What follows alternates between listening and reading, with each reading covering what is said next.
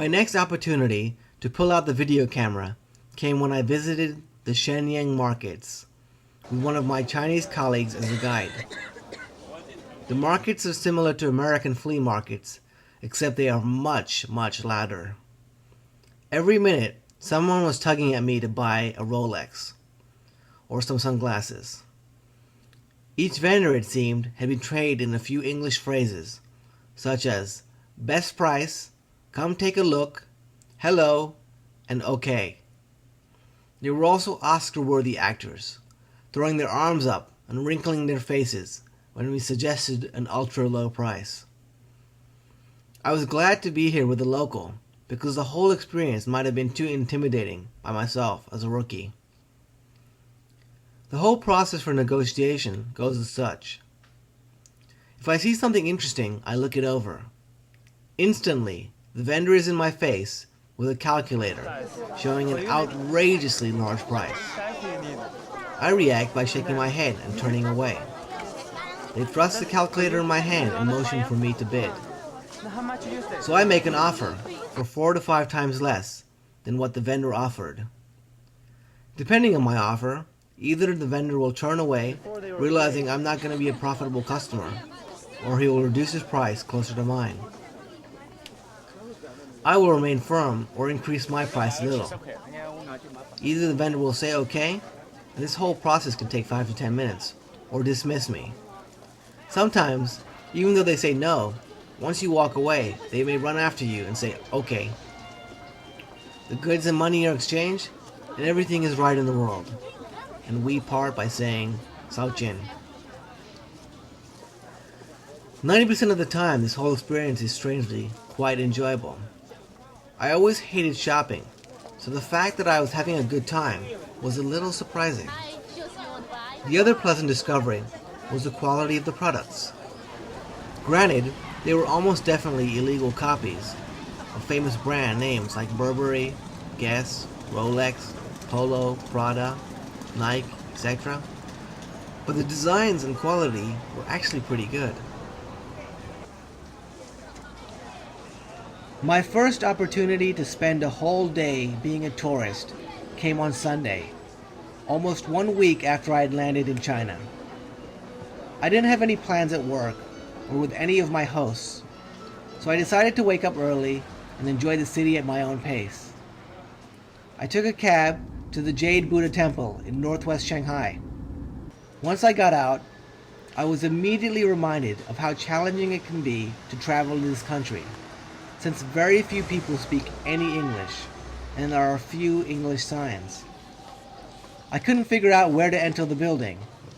I walked around for a bit, generating stares from the locals, before I stumbled upon the entrance. I paid a small entrance fee and walked in. The Jade Bhudda temple is one of the nicer ones I visited during my time here. Prior to this visit, I'd never been inside a temple before, so this was an eye-opening experience. Each temple features the same general scheme. They all face south, since evil forces arrive from the north, according to Chinese tradition, and have high walls in order to keep out the bad spirits. Worshippers purchase prayer beads and incense sticks from the temple vendors, placing a burning stick in the incense burners outside each hall.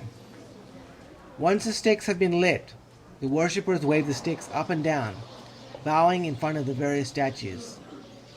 They will often bring various fruits as sacrifice, or donate cash into the collections box.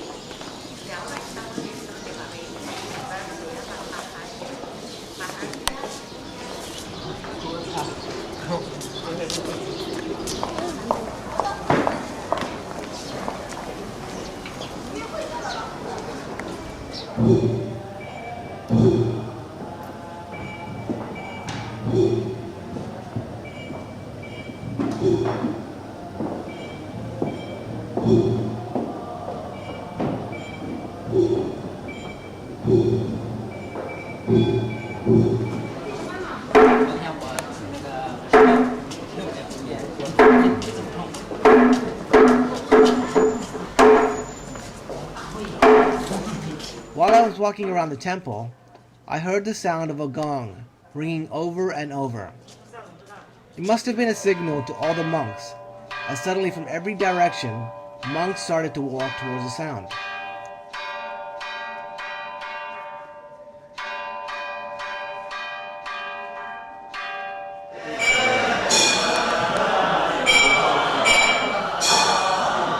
Later I found out that they were performing funeral prayers for a recently deceased member of the temple.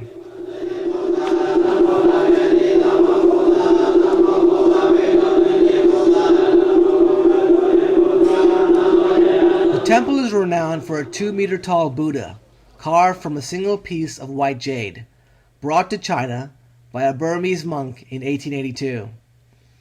The fact that it survived the Cultural Revolution was due to the quick thinking of the abbot of the temple. When he heard about the revolution, he quickly closed the temple's gates and plastered them with pictures of Chairman Mao. Since staring down pictures of Mao was punishable by death, the Red Guards could not enter and the temple was saved.